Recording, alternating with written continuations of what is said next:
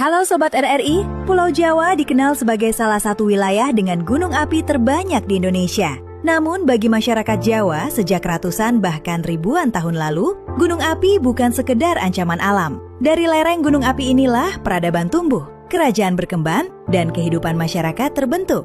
Bagaimana gunung api di Jawa membentuk sejarah dan peradaban Nusantara? Mari kita bahas di RRI Sekarang Anda Tahu. Sobat RRI, Pulau Jawa berada di jalur cincin api Pasifik, wilayah pertemuan lempeng tektonik yang membentuk deretan gunung api aktif. Gunung-gunung seperti Merapi, Merbabu, Slamet, Semeru, hingga Bromo bukan hanya menjadi penanda alam, tetapi juga bagian dari kehidupan masyarakat. Letusan demi letusan selama ribuan tahun membuat tanah di sekitarnya menjadi sangat subur, menjadikan Jawa wilayah ideal untuk bercocok tanam. Kesuburan tanah vulkanik inilah yang mendorong manusia menetap di lereng gunung. Sawah, ladang, dan sistem irigasi tumbuh di sekitar kawasan gunung api. Tak heran jika banyak pusat peradaban kuno di Jawa berkembang di sekitar